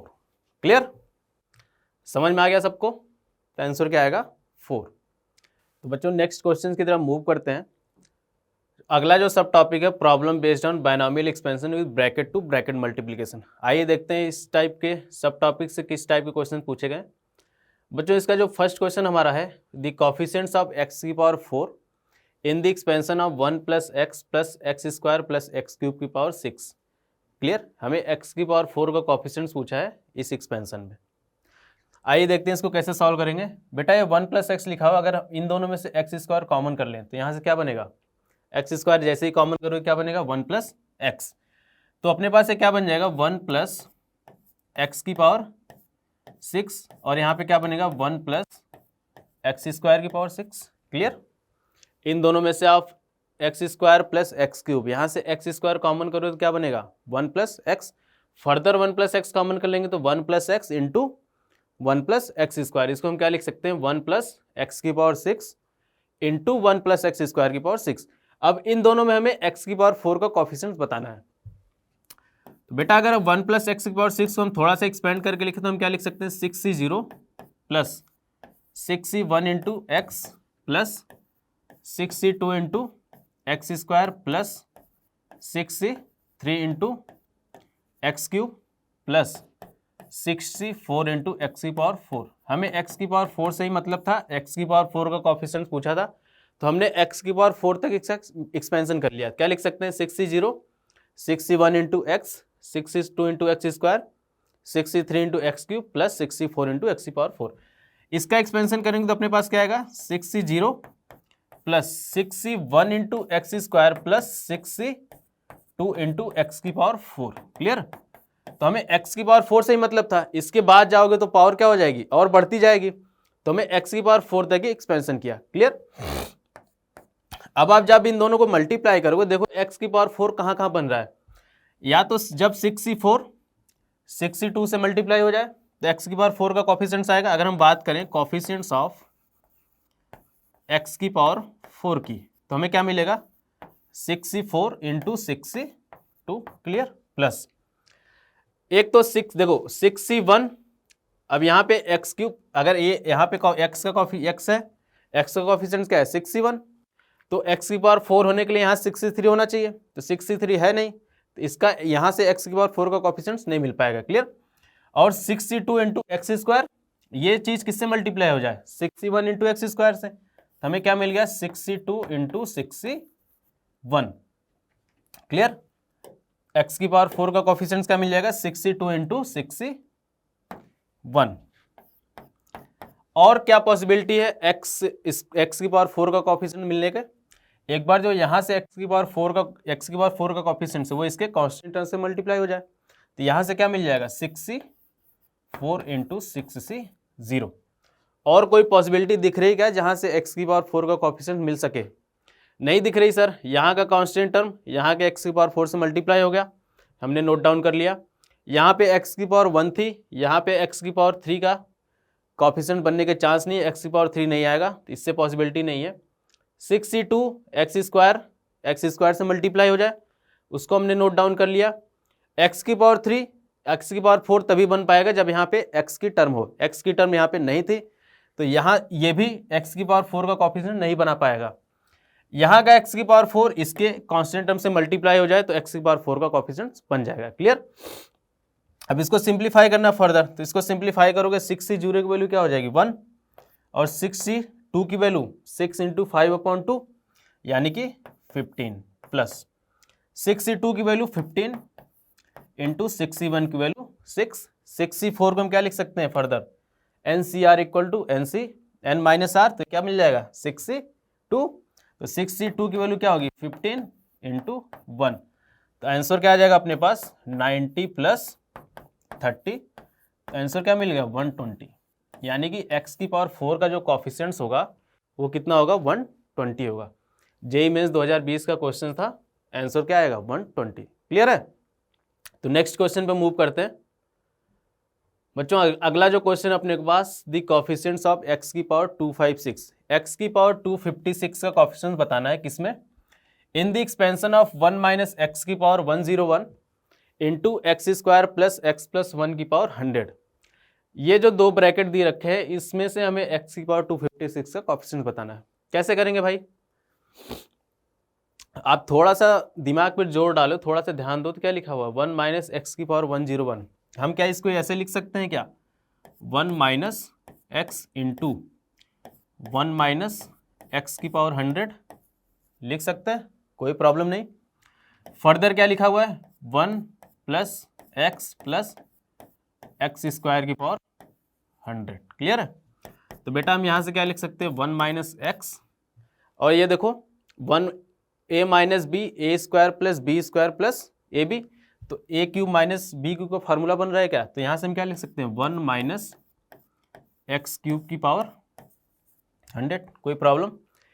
ए क्यूब माइनस बी क्यूब क्या लिख सकते हैं a minus b a square plus b square plus a b, similarly लिखा हुआ है 1 minus x 1 plus x square plus x, ये क्या फर्दर मल्टीप्लाई होकर क्या बन जाएगा 1 minus x cube whole power 100। बेटा अगर हम इसको मल्टीप्लाई कर लें तो यहाँ से क्या मिलेगा 1 माइनस एक्स क्यूब की पावर 100 माइनस एक्स इंटू, अब इसको हमने इसको क्या कर लिया सेपरेट कर लिया। क्लियर है? अब हमें यहाँ पे बताना है x की पावर 256 का कोएफिशिएंट्स। आप इस पे ध्यान देना थोड़ा, 1 माइनस एक्स क्यूब की पावर 100, तो जब आप इसका एक्सपेंशन करोगे तो x की जितनी भी पावर आएगी वो 3 का मल्टीपल आएगी। पहले क्या आएगा एक्स क्यूब, फिर x की पावर 9, एक्स की पावर 6, ठीक है, फिर x की पावर 9, x की पावर 12, ऐसे आगे। मैं यानी कि कहने का मतलब x का जितना भी पावर आएगा वो 3 का मल्टीपल आएगा। ठीक है, तो क्या 256 3 का मल्टीपल है क्या? नहीं है सर। तो यानी कि ये टर्म जो हुई यहाँ से x की पावर 256 का कोएफिशिएंट्स नहीं मिल पाएगा। क्लियर है? तो x की पावर 256 का कोएफिशिएंट्स कहाँ से मिलेगा? यहाँ से मिलेगा। अब यहाँ पे देखो x बैठा हुआ है, तो अगर x की पावर 255 का कोएफिशिएंट्स हम यहाँ से फाइंड आउट कर लें तो वो x से मल्टीप्लाई होकर x की पावर 256 का कोएफिशिएंट्स बना देगा। यानी कि 1 माइनस एक्स क्यूब की पावर 100, इसको अगर सेपरेटली यहाँ लिखें हम 1 माइनस एक्स क्यूब की पावर 100, हम यहाँ से x की पावर 255 का कोएफिशिएंट्स फाइंड आउट करना चाहते हैं। तो अगर मान लो आप जनरल टर्म भी लिखो तो क्या लिखोगे 100 CR, ठीक है, x की पावर यानी कि फर्स्ट टर्म की पावर n माइनस आर, तो 1 की पावर कोई दिक्कत नहीं, और माइनस 1 की पावर r इंटू एक्स की पावर 3r। क्लियर? और हमें x की पावर क्या चाहिए, यहाँ पे x बैठा हुआ था 256 चाहिए, तो x, तो हमें यहाँ से x की पावर कितनी चाहिए 255, यानी कि 3r किसके इक्वल हो जाए, 3r किसके इक्वल हो जाए 255। तो r की वैल्यू यहाँ से क्या मिल गई, r की वैल्यू क्या मिल गई 85, यानी कि x की पावर 255 का कोएफिशिएंट्स अगर हम बात करें, कोएफिशिएंट्स ऑफ x की पावर 255 इन 1 माइनस एक्स क्यूब की पावर 100, तो ये यहाँ से क्या मिल रहा है माइनस 100C85। क्लियर? तो x की पावर 255 का कोएफिशिएंट्स क्या मिल गया माइनस 100C85, और ये x से मल्टीप्लाई होकर क्या बन जाएगा x की पावर 256 का कोएफिशिएंट, तो x की पावर 256 का कोएफिशिएंट्स क्या आ जाएगा, ये माइनस आगे पहले से ही था, तो 100C85। तो हम यहाँ से क्या बोल सकते हैं, कॉफिशिएंट्स ऑफ x की पावर 256 क्या मिल जाएगा, 100C 85। क्लियर है ना, कोई डाउट? एक बार फिर से समझते हैं इसको। 100C 85, बेटा 100C 85 को हम 100C 15 भी लिख सकते हैं, तो हमारा सेकंड ऑप्शन क्या हो जाएगा, करेक्ट हो जाएगा। हमने क्या किया, देखो क्वेश्चंस को दो स्टेप में ब्रेक किया। हमें ब्रैकेट टू ब्रैकेट मल्टीप्लीकेशन का क्वेश्चन था। 1 माइनस एक्स की पावर 101 को हमने क्या कर लिया, 1 माइनस एक्स की पावर 100 लिख लिया, और ये जो आगे वाली टर्म लिखी थी वो एज इट इज रहने दिया। अब ये हमारा मल्टीप्लाई हुआ क्या बन गया, a minus b, a square plus b square plus a b का फॉर्मूला लग गया, a cube minus b cube. हमारा क्या बन गया, 1 माइनस एक्स क्यूब की पावर 100। हमने 1 माइनस एक्स क्यूब की पावर 100 को फर्दर मल्टीप्लाई किया अंदर, तो 1 माइनस एक्स क्यूब की पावर 100 बन गया, minus x into 1 minus x cube की पावर 100 बन गया। हमने चेक किया कि 1 माइनस एक्स क्यूब की पावर 100 में एक्स की पावर 256 का कोफिशिएंट्स नहीं मिल पाएगा। क्लियर, यानी कि x की पावर 256 नहीं बन पाएगा, तो यहाँ से x की पावर 256 का कोफिशिएंट पॉसिबल नहीं है। तो यहाँ चेक करते हैं, तो यहाँ पे बेटा फर्दर x बैठा हुआ था आगे ब्रैकेट के, तो यानी कि जो 1 माइनस एक्स क्यूब की पावर 100 है, हमें यहाँ से x की पावर क्या, किसका कोफिशिएंट फाइंड आउट करना पड़ेगा, 255 का। तो हमने x की पावर 255 का कोफिशिएंट फाइंड किया, वो कितना आया, माइनस 100C 85, जो x से मल्टीप्लाई हो गया क्या बना दिया, कोफिशिएंट्स ऑफ x की पावर 256। तो आंसर क्या है अपना 100C 85। 100C 85 को हम क्या लिख सकते हैं, NCR equal to NC n minus r के फार्मूले से 100C 15। क्लियर है, नेक्स्ट क्वेश्चन की तरफ प्रोसीड करते हैं बच्चों। नेक्स्ट क्वेश्चन भी उसी टाइप का है, coefficients of x and x square in 1 plus x की पावर p और 1 माइनस एक्स की पावर q। यानी कि इन दोनों में x और x स्क्वायर का कोफिशिएंट्स उसने क्या दे रखा है, 4 है और -5 है। देन हमें वैल्यू बतानी है 2p प्लस 3q की। तो कैसे करेंगे, 1 प्लस एक्स की पावर p को अगर हम एक्सपेंड करके थोड़ा सा लिखें तो हम क्या लिख सकते हैं, PC0 plus PC1 into x plus PC2 into x square plus and so on. Clear है, 1 प्लस एक्स की पावर p का हमने एक्सपेंशन लिखा, PC0 PC1 into x PC2 into x square and so on. X square तक हमने क्यों लिखा है, क्योंकि हमें एक्स और एक्स स्क्वायर के ही कोफिशिएंट से मतलब है, इसके फर्दर डिग्री कोफिशिएंट हमसे मतलब नहीं है। 1 माइनस एक्स की पावर क्यू का कोफिशिएंट लिखेंगे तो क्या आएगा, QC0 minus QC1 into x plus QC2 into x square and so on. Clear, coefficients of x and x square given था 4 एंड 5। तो अगर हम कोफिशिएंट्स ऑफ एक्स की बात करें, यहाँ पे कोफिशिएंट्स ऑफ x, तो कोफिशिएंट्स ऑफ x कैसे मिल सकता है, जब PC1 किससे मल्टीप्लाई हो जाए, QC0 से, कांस्टेंट टर्म से, तो क्या मिल जाएगा, PC1 इंटू QC0। क्लियर, और कैसे मिल सकता है, जब माइनस QC1 किससे मल्टीप्लाई हो जाए, PC0 से, तो क्या मिल जाएगा अपने पास, माइनस PC0 इंटू QC1। और कहीं से कोफिशिएंट्स ऑफ x की पॉसिबिलिटी नहीं है। तो इसको जब आप सॉल्व करोगे तो यहाँ से क्या आएगा, P माइनस क्यू, और कोफिशिएंट्स ऑफ x की वैल्यू क्वेश्चन में क्या दे रखी थी, 4, तो P माइनस क्यू की वैल्यू क्या मिल गई, 4 मिल गई।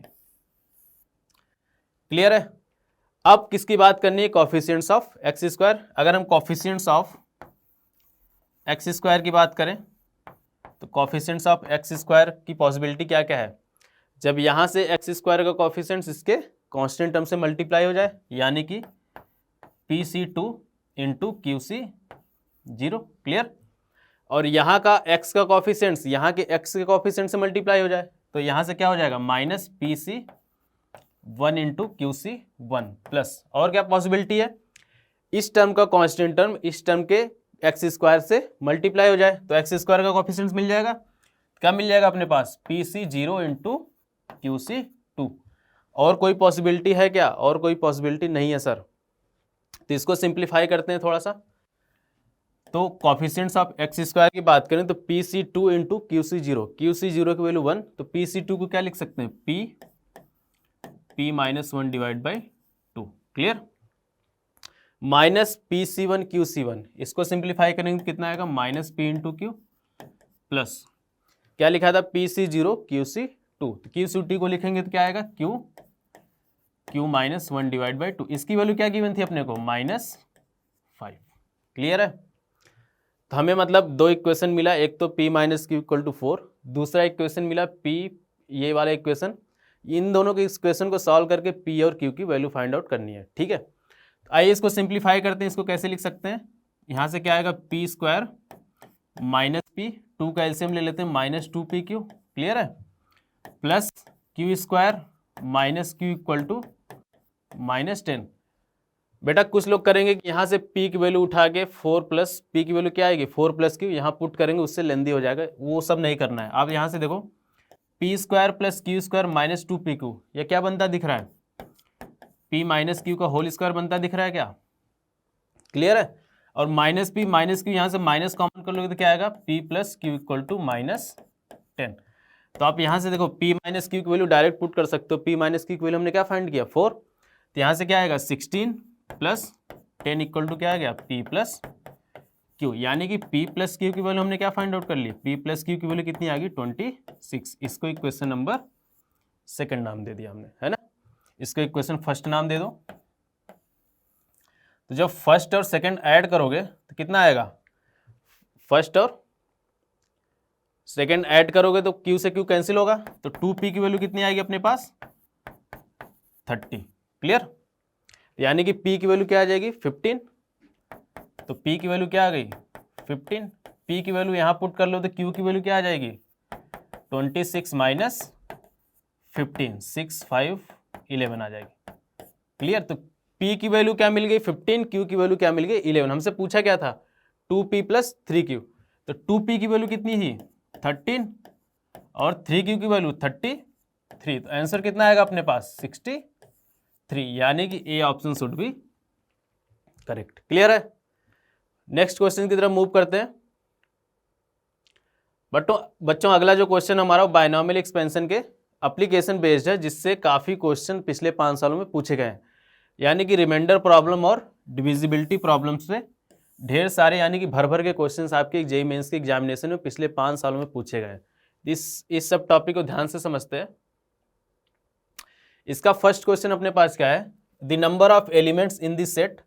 एक सेट दे रखा है n belongs to 1 2 3 up to 100, जिसके लिए ये इनइक्वलिटी 11 की पावर n प्लस 10 की पावर n प्लस 9 की पावर n, 11 की पावर n ग्रेटर देन 10 की पावर n प्लस 9 की पावर n, ये इनइक्वलिटी सेटिस्फाई होनी चाहिए। तो अगर मान लो यहाँ पे नंबर छोटा होता है, यानी n इक्वल टू 1 2 3 समथिंग दिया होता, तो आप सिंपली n की वैल्यू 1 2 3 डाल के वेरीफाई कर सकते थे n की किस वैल्यू के लिए पॉसिबल है। बट n की वैल्यू 1 से 100 दे रखी है, तो क्या पॉसिबल है 1 से लेकर 100 तक की वैल्यू पुट करके चेक करना, पॉसिबल नहीं, बहुत टाइम लग सकता है, पॉसिबल ही नहीं है बोल सकते हो, ठीक है। मैनुअली तो नहीं पॉसिबल है, आपको कैलकुलेटर यूज़ करना पड़ेगा। तो क्या कर सकते हैं, इस टाइप के प्रॉब्लम को टैकल करने के लिए बायनॉमियल थ्योरम का यूज़ करते हैं। और इस टाइप का क्वेश्चन बच्चों एक जेईई मेंस 2021 में पूछा गया था, ठीक है, एक यूनिक क्वेश्चन ही आया था जो जेईई मेंस 2021 में। तो आइए देखते हैं इसको सॉल्व कैसे करते हैं। तो बच्चों जो छोटी वैल्यू जैसे n इक्वल टू 1 की बात करें, इसके लिए तो हम क्रॉस वेरीफाई कर ही सकते हैं। n इक्वल टू 1 का वैल्यू बात करें तो n की इक्वल टू 1 के लिए क्या होगा 11 greater than 10 plus 9, n equal to 1 की बात करें 11 की power n, 11 greater than 10 plus 9, क्या ये पॉसिबल है, नहीं पॉसिबल है। क्या 11 की वैल्यू 19 से ज़्यादा हो सकती है, नहीं हो सकती, यानी कि n इक्वल टू 1 इस इन इक्वल टू के सेटिस्फाई नहीं करेगा। n इक्वल टू 2 की बात करें, n इक्वल टू 2 पे वैल्यू पुट करें कितना आएगा 121, और ये कितना आएगा 100 प्लस 81, तो क्या 121 की वैल्यू 181 से बड़ी हो सकती है, नहीं हो सकती। यानी कि हमने मैनुअली तो देख लिया कि n इक्वल टू 1 और n इक्वल टू 2 के लिए ये n इक्वल टू सेटिस्फाई नहीं होगी। क्या हम सबके लिए पुट करके देखेंगे, नहीं देखेंगे। तो आइए देखते हैं बायनॉमियल एक्सपेंशन का एक बहुत ही खूबसूरत यूज यहाँ पे है, कैसे लिख सकते हैं, बाकी नंबर्स को कैसे चेक कर सकते हैं। तो बच्चा हम अपने को इनइक्वलिटी क्या गिवन थी 11 की पावर n ग्रेटर देन 10 की पावर n प्लस 9 की पावर n। इस बात को हमेशा ध्यान रखना, जब भी 3 कॉन्जिक्यूटिव टर्म्स में इस टाइप की इनइक्वलिटी दे रखी हो और आपको प्रूव करना है, काफ़ी नंबर दे रखे हो, तो आपको बायनॉमियल थ्योरम से ही सॉल्व करना पड़ेगा। 11 हम इसको या क्या लिख सकते हैं 11 की पावर n माइनस 9 की पावर n ग्रेटर देन 10 की पावर n लिख सकते हैं।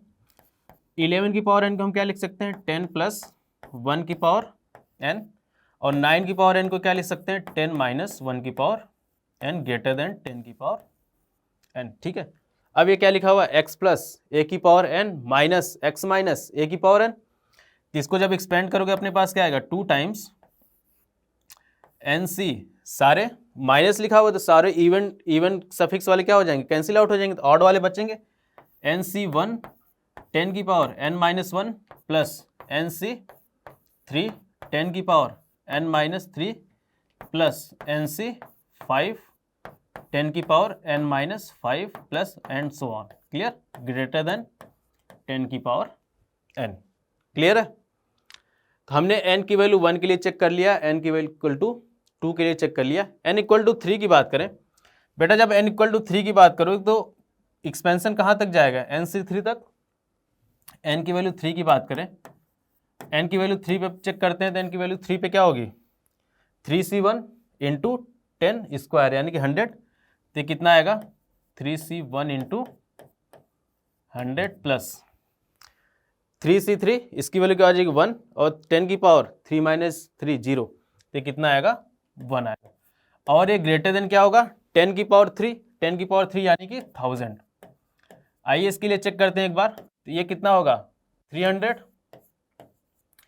यानी कि 301 ग्रेटर देन 1000। क्या ये नंबर 1000 से बड़ा हो सकता है, नहीं बड़ा हो सकता, यानी कि n इक्वल टू 3 के लिए भी ये इनइक्वलिटी क्या हो गई, फेल हो गई। n इक्वल टू 4 की बात करें तो n इक्वल टू 4 पे क्या कर सकते हैं, n इक्वल टू 4 के लिए एक्सपेंशन कहाँ तक जाएगा, यहाँ तक जाएगा, क्लियर। तो अपने पास क्या लिखा हुआ, 2 टाइम्स 4C1, 2 टाइम्स 4C1 10 की पावर 4 माइनस 1 यानी कि 1000 10 की पावर 3 प्लस 4C3, 4C3 की वैल्यू 4, और ये क्या लिखा हो 40, ये क्या 10 की पावर 4 से बड़ा होगा, बेटा अब इसको सॉल्व करोगे तो कितना आएगा 4040 समथिंग 8000 के आसपास आएगा, तो यानी कि n इक्वल टू 4 के लिए भी इनइक्वलिटी फेल हो गई। यानी कि n की किस किस वैल्यू की इनइक्वलिटी सेटिस्फाई नहीं की, n इक्वल टू 1 के लिए, 2 के लिए, 3 के लिए, 4 के लिए, यानी कि n की इन 4 वैल्यूज़ के लिए ये इनइक्वलिटी सेटिस्फाई नहीं हुई, क्लियर है। तो अगर हम इसको सिंप्लीफाई करके थोड़ा सा और लिखे तो हम क्या लिख सकते हैं, ट्वाइस ऑफ, ये क्या लिखा हुआ है NC1 इंटू 10 की power n minus 1 plus twice of NC3 plus NC3 into 10 की पावर क्या है n माइनस 3, NC3 इंटू 10 की power n minus 3 plus and so on. तो बेटा अगर n इक्वल टू 5 की बात करें, 4 तक तो हमने चेक कर लिया, n इक्वल टू 5 की बात करें, जैसे ही आप यहाँ पे n इक्वल टू 5 पुट करोगे, ये क्या किससे इक्वल है, ग्रेटर देन 10 की पावर n से, है ना। जैसे ही आप यहाँ पे n इक्वल टू 5 पुट करोगे, देखो क्या हो रहा है, 2 इंटू 5C1 इंटू 10 की पावर 4 प्लस ये समथिंग कुछ लिखा हुआ है, मान लो इसको हम एक नंबर k दे दिया, पॉजिटिव नंबर k दे दिया, ये ग्रेटर देन 10 की पावर 5 है ना। n की वैल्यू 5 पुट किया तो 5C1 की वैल्यू 5, 5 इंटू 2 10, 10 इंटू 10 की पावर 4, यानी कि क्या लिखा हुआ 10 की power 5 plus something positive constant greater than 10 की पावर 5। क्या ये नंबर 10 की पावर 5 से सही बड़ा होगा, बिल्कुल बड़ा होगा, इनइक्वलिटी सेटिस्फाई कर गई, यानी कि n इक्वल टू 5 के लिए इनइक्वलिटी सेटिस्फाई कर गई, यानी कि n की वैल्यू 5 से बड़ी लोगे, n की जितनी भी वैल्यू 5 से बड़ी होंगी उनके लिए इनइक्वलिटी सेटिस्फाई करेगी। तो इनइक्वलिटी कहाँ तक सेटिस्फाई नहीं करी, n इक्वल टू 1 2 3 4 के लिए सेटिस्फाई नहीं करी।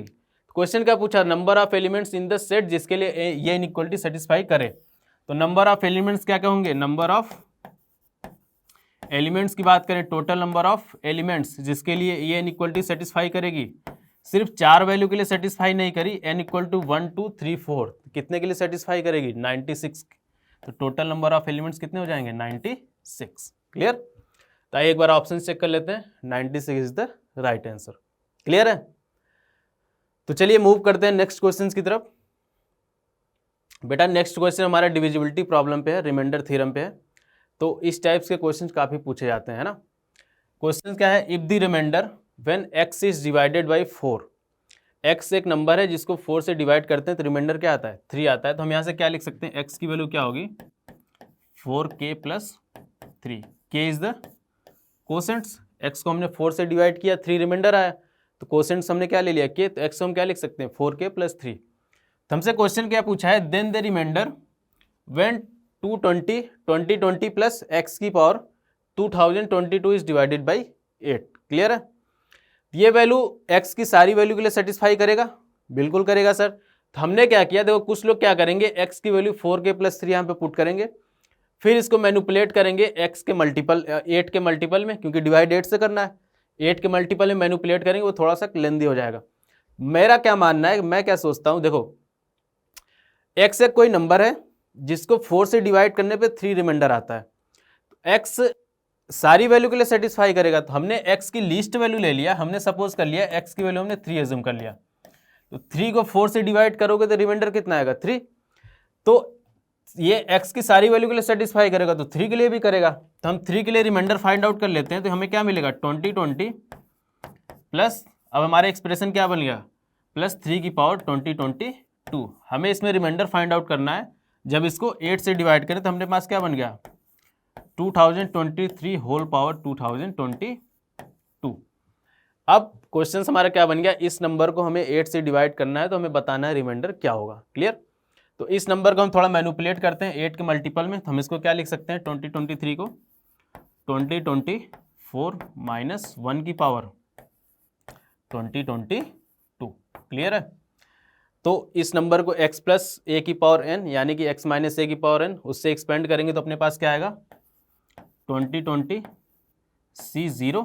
क्लियर?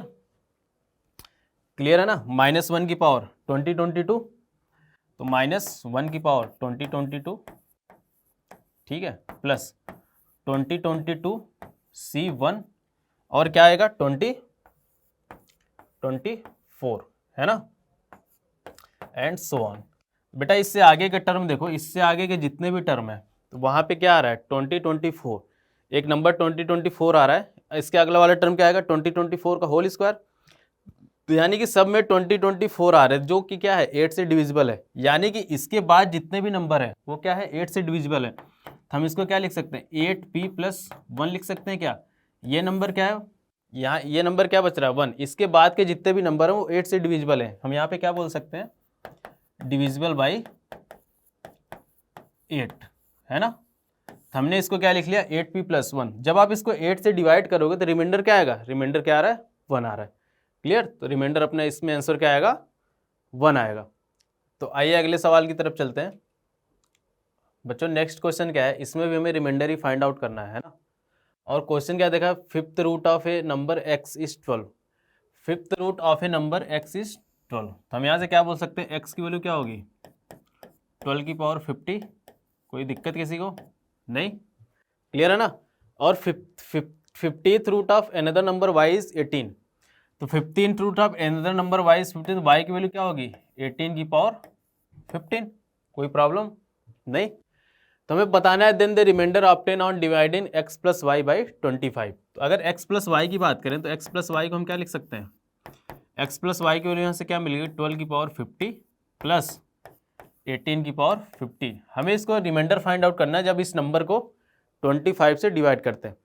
बेटा देखो एक तो तरीका है, 25 से हमें डिवाइड करना है, तो इसको स्क्वायरिंग या कुछ करके इस तरीके से ले जाएं कि 25 के मल्टीपल के क्लोज चला जाए। वहाँ पे हम इसको x प्लस समथिंग और x प्लस कुछ समथिंग लिख के एक्सपेंड करेंगे जिससे वो 25 से डिविजिबल हो जाए। एक तरीका तो वही है। तो उसके लिए आप क्या कर सकते हो, 12 का स्क्वायर करोगे तो 144 आएगा, 144 को 150 - 6 लिख सकते हो। सिमिलरली इसको स्क्वायर करोगे तो ठीक है ना। तो हम उससे बचने के लिए हम क्या कर लेते हैं बेटा, जैसे यहाँ से हम 3 की पावर 50 कॉमन कर लें, तो 3 की पावर 50 कॉमन कर लेंगे तो अपने पास क्या मिल गया, 4 की पावर 50 प्लस 6 की पावर 50 मिल गया। क्लियर है? तो अब देखो 3 की पावर 50, यहां से हम क्या लिख सकते हैं, 4 को हम क्या लिख सकते हैं, 5 माइनस 1 की पावर 50। क्लियर है ना। और 6 को हम क्या लिख सकते हैं, 5 प्लस 1 की पावर 50। अब यहाँ पे क्या मिल गया अपना, x प्लस ए की पावर n और x माइनस ए की पावर n। जैसे ही आप इनको एक्सपेंड ऐड करोगे तो क्या मिलेगा, 3 की पावर 15 इंटू 2, ठीक है, और 50c0 5 की पावर 50 प्लस 50c2 5 की पावर 48। क्लियर है? एंड सो ऑन, कहाँ तक, 50c 48 और 5 स्क्वायर प्लस 50c 0, है ना। तो आप ध्यान से देखो, यहाँ 5 की पावर 50, 5 की पावर 48 से कहाँ तक, 5 स्क्वायर तक। तो यानी कि यहाँ से लेकर यहाँ तक का जितना भी नंबर है वो 25 से डिविजिबल है क्या, सब में 25 आ रहा था, यानी कि ये नंबर 25 से डिविजिबल है। तो हम यहाँ से क्या लिख सकते हैं कि 3 की पावर 50 मल्टीप्लाइड बाई 2, हम इसको क्या लिख सकते हैं 25 के, ठीक है। और ये 50c0 इसकी वैल्यू क्या मिल गई, 1 मिल गई। क्लियर है, यहाँ तक कोई प्रॉब्लम नहीं। तो आगे हम इसको क्या लिख सकते हैं 2 इंटू 3 की पावर 50 इंटू 25 के, क्लियर है ना, प्लस 2 इंटू 3 की पावर 50। ये नंबर तो बेटा 25 से पूरा पूरा डिविजिबल है, यहाँ से यानी कि यहाँ से 25 से डिविजिबल हो जाएगा, रिमाइंडर क्या आएगा, कुछ नहीं आएगा, 0 आएगा। अब हमें यहाँ चेक करना है कि इस नंबर को 2 इंटू 3 की पावर 50 को जब 25 से डिवाइड करते हैं तो यहाँ से रिमाइंडर क्या मिल रहा है। तो अगर हम इसको थोड़ा सा सिंप्लीफाई करके देखें तो हम इसको क्या लिख सकते हैं 2 इंटू 3 की पावर 50, तो हम इसको क्या लिख सकते हैं 2 इंटू 9 की पावर 25, हमने 3 का स्क्वायर कर लिया 9 की पावर 25। अब 9 को हमने क्या लिख लिया 10 माइनस 1 की पावर 25। हमारा इसके करने का पीछे का टारगेट क्या था, टारगेट ये था, मकसद क्या था 25 से रिमाइंडर फाइंड आउट करना है। तो हम 3 को 25 के मल्टीपल में ले जाएं तो बेटा देखो 3 को हमने 9 कर लिया, 9 को 10 माइनस 1 कर लिया। अब जब आप इसका एक्सपेंशन लिखोगे सारे टर्म में 10 स्क्वायर 10 क्यूब इस टाइप से आएगा, तो वो सारा टर्म क्या होगा 25 से डिविजिबल होगा, है ना। तो इसको जब आप फर्दर एक्सपेंड करोगे तो अपने पास क्या आएगा 25c 0 10 की पावर 25, है ना, माइनस 10 की पावर 25 आएगा यहाँ पे, 10 की पावर 25 माइनस 25c 1 10 की power 24, clear, and so on, कहाँ तक plus 25c 24 into 10 minus 25c 25, clear. और -1 यानी कि -1 की पावर 25, तो -1 मैंने पहले ही लगा दिया। अब देखो यहाँ पे जितने भी टर्म है ये 10 स्क्वायर 10 क्यूब इस टाइप से आएगा। यहाँ वाला जो टर्म है 20c 25 20c 24 20c 24 का मतलब 20c 1, तो इसका क्या मतलब 25 इंटू 10 250, 250 भी क्या है 25 से डिविजिबल है, यानी कि यहाँ से लेकर यहाँ तक ये पूरा टर्म क्या है 25 से डिविजिबल है। तो हम इसको क्या लिख सकते हैं 25 इंटू, सपोज मान लो m है और ये माइनस क्या मिल गया 1, तो ये पूरा का पूरा नंबर क्या है 25 से डिविजिबल है, 2 इंटू 25m, और रिमाइंडर यहाँ से क्या आ रहा है, रिमाइंडर क्या बच गया, पूरे नंबर को जब 25 से डिवाइड करेंगे तो -2, तो बट रिमाइंडर क्या होता है निगेटिव होता नहीं है, तो रिमाइंडर फाइनल रिमाइंडर क्या आएगा अपने पास 25 में से क्या कर लेंगे 2 को माइनस कर लेंगे, तो 25 माइनस 2 रिमाइंडर क्या आएगा अपने पास 23। क्लियर है, आइए ऑप्शन चेक करते हैं, तो रिमाइंडर क्या आएगा 23 आएगा। क्लियर है ना, नेक्स्ट क्वेश्चन की तरफ चलते हैं। नेक्स्ट क्वेश्चन भी बेटा सेम है, हमें फाइंड आउट करना fractional part of the number 4 की पावर 2022 अपॉन 15, यानी कि इस नंबर को जब 15 से डिवाइड करेंगे तो हमें फ्रैक्शनल पार्ट क्या मिलेगा, फ्रैक्शनल पार्ट तभी मिलेगा जब ये नंबर डिवाइड ना हो पाए, यानी कि बेसिकली हमें रिमाइंडर ही बताना है इस क्वेश्चन से। अब देखो ये लिखा हुआ 4 की पावर 2022, अब 4 को 15 के मल्टीपल के आसपास ले जाएं, तो जैसे हम 4 का स्क्वायर करेंगे तो अपने पास क्या मिल रहा है 16 की पावर 1021 अपॉन 15, है ना। अब 16 को 15 प्लस 1 लिख सकते हैं, तो 15 प्लस 1 की पावर 1021 होल अपॉन 15। अब इसको जब आप एक्सपेंड करो तो कितना आएगा 1021 C0 1 प्लस 1021, क्लियर,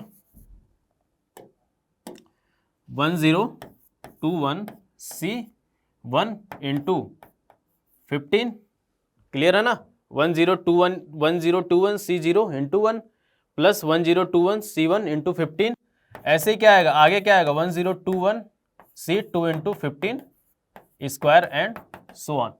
तो बेटा यहाँ से जितने आगे जितने भी नंबर हैं उस सब में क्या आ रहा है 15, 15 स्क्वायर, 15 क्यूब, 15 की पावर क्या हो रही बढ़ती जा रही, यानी कि ये पूरा का पूरा नंबर क्या है 15 से डिविजिबल है। तो डिविजिबल क्या नहीं है, ये यहाँ पे क्या बन जाएगा 1, 1 प्लस हम इसको क्या लिख सकते हैं 15 अपॉन के। इसको डिवाइड किससे करना है 15 से, तो जब इसको डिवाइड करोगे तो 15 के ये तो 15 से डिवाइड हो जाएगा, तो रिमाइंडर क्या बन गया 1/15, यानी कि फ्रैक्शनल पार्ट क्या बन गया अपने पास, फ्रैक्शनल पार्ट क्या देगा, फ्रैक्शनल पार्ट क्या आएगा 1/15। तुम्हारा ऑप्शन क्या हो जाएगा, option b should be correct. Clear. तो बेटा आज इस सेशन को हम यहीं पे समाप्त करते हैं। तो ये जो मोटिवेशनल कोट लिखा हुआ है इसको देखते हैं क्या है। यूं ही नहीं मिलती राही को मंजिल, है ना, एक जुनून सा दिल में जगाना होता है। पूछा चिड़िया से कैसे बना आसियाना, बोली भरनी पड़ती उड़ान बार बार, तिनका तिनका उठाना पड़ता है। तो बेटा कहने का मतलब ये है कि आप भी अपना डेली का टारगेट सेट करिए। जेईई मेंस की तारीख आपकी नज़दीक आ चुकी है, डेली का टारगेट सेट करिए और उसको पूरा करने की पूरी कोशिश करिए। तो छोटे छोटे टारगेट्स को जब आप पूरा करोगे तो एक दिन आप अपना बड़ा गोल हासिल कर सकते हो।